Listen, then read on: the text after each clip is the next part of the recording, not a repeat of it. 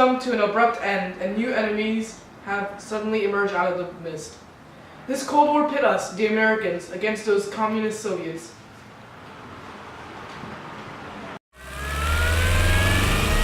This is Channels Television's breaking news.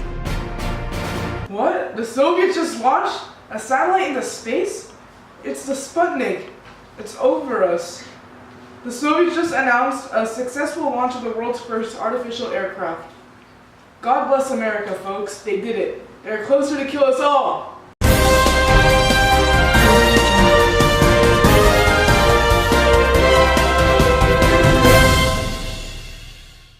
The communists are at it again! They now launched a dog. That's right, folks, a dog. They announced that their Sputnik 2 has successfully launched a dog into space. America, do something! The Soviets, with their nuclear missiles, pose an impending doom to the future of humanity. When will the government react?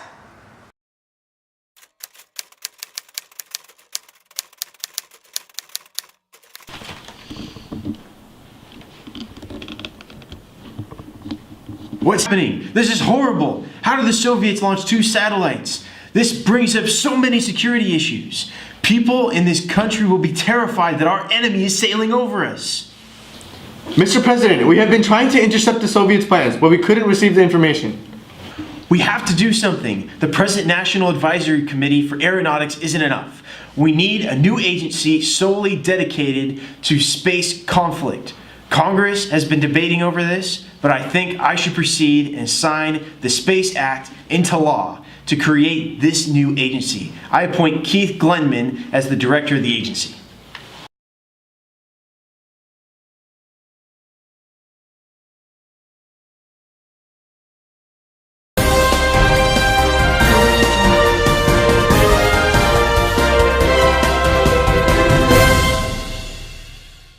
It has been 3 years since NASA has been created, but the Soviets have beat us again. The USSR launched Vostok 1, successfully sending a man into space.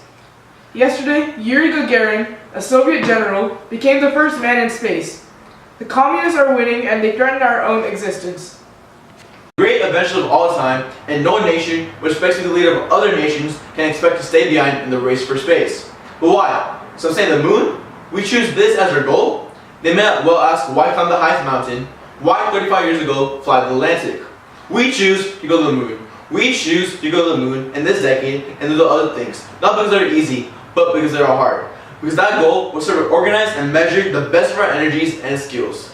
Because that challenge is one that we are willing to accept, and one we are unwilling to postpone, and one which we intend to win. Houston, your city of Houston, with its manned spacecraft center, will become the heart of our scientific and engineering community. To be sure, all this costs us a good deal of money. This year's space budget is 3 times what it was in January 1961, and is greater than the space budget of the previous 8 years combined. But we have given this program a high national priority, even though I realize that this is in some measure an act of faith and vision, for we do not know what benefits await us.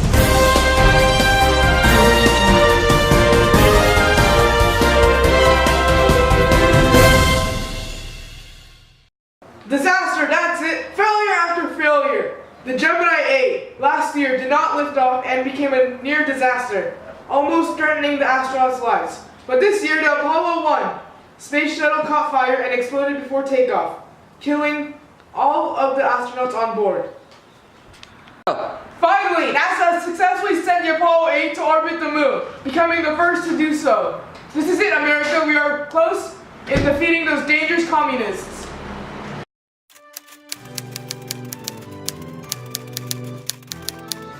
10, 9, ignition sequence start.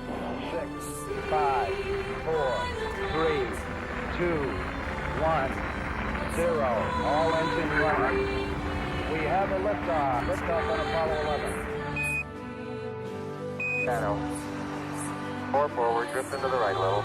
30 seconds forward. Stop. Tranquility Base here. The Eagle has landed. Roger, Tranquility. We copy you on the ground.